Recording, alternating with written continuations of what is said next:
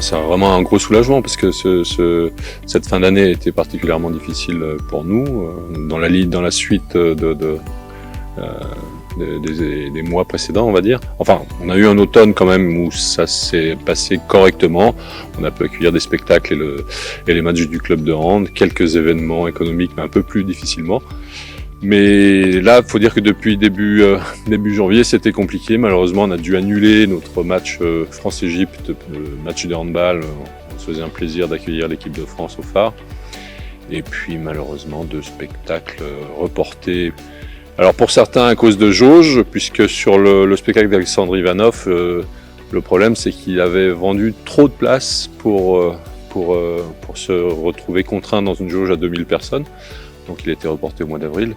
Et puis malheureusement, on avait un très beau tribute Queen là qui devait avoir lieu. Et là, pour le coup, c'est les artistes qui ont été atteints par le virus. On était reparti, on va dire, très fort, et toute la filière événementielle était repartie très fort à partir de septembre, et ça s'est arrêté encore en décembre, donc ça a été extrêmement compliqué pour tout le monde. Donc là, oui, bien sûr qu'on a de l'espoir, qu'on est très content.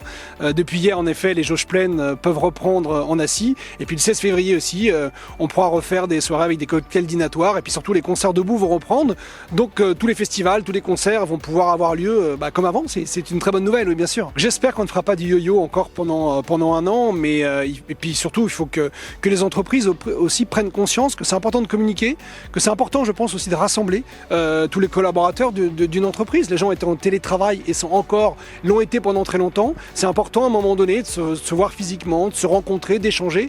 Et je pense que l'événementiel là-dessus peut apporter vraiment beaucoup. L'attitude de chaque production par rapport à son spectacle va dépendre de plein de choses. De la jauge qui a été atteinte, enfin des ventes qui étaient atteintes au moment où le spectacle s'est arrêté. Ça va dépendre de l'organisation des tournées et des dates qu'ils ont dû reporter dans certaines villes. Il faut qu'il y ait une cohérence globale de la tournée et parfois c'est compliqué.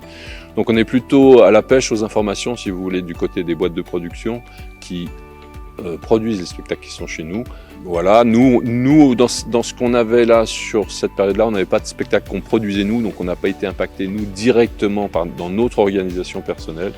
Juste de s'adapter, puis de faire aussi avec les aléas concernant notre personnel, puisque nous aussi, on peut être touché par des collaborateurs atteints par le Covid. Voilà. Là, c'est difficile de se projeter, je dirais, à long terme. Là, je pense que les événements ont été arrêtés encore en décembre. Les gens hésitaient à refaire des choses. Je pense que tout ça va revenir progressivement. Mais on voit qu'on a quand même beaucoup de demandes pour le mois de juin, pour la rentrée aussi de septembre, ou peut-être que les clients se disent on laisse encore passer quelques mois pour être sûr de pouvoir en tout cas avoir une reprise proprement dite. Mais non, on voit que ça bouge, donc c'est bien. Et puis moi, je souhaite que toute la filière événementielle puisse travailler. Je pense aussi bien évidemment aux traiteurs qui ont été arrêtés, aux discothèques aussi, qui vont reprendre le 16 février. C'est eux aussi qui ont été le plus affectés, on va dire, avec notre secteur. Donc j'espère que tout ça va reprendre sereinement, que tout le monde pourra faire la fête de beaux événements et puis qu'on aura tous une perspective pour le métier dans les mois et les années à venir.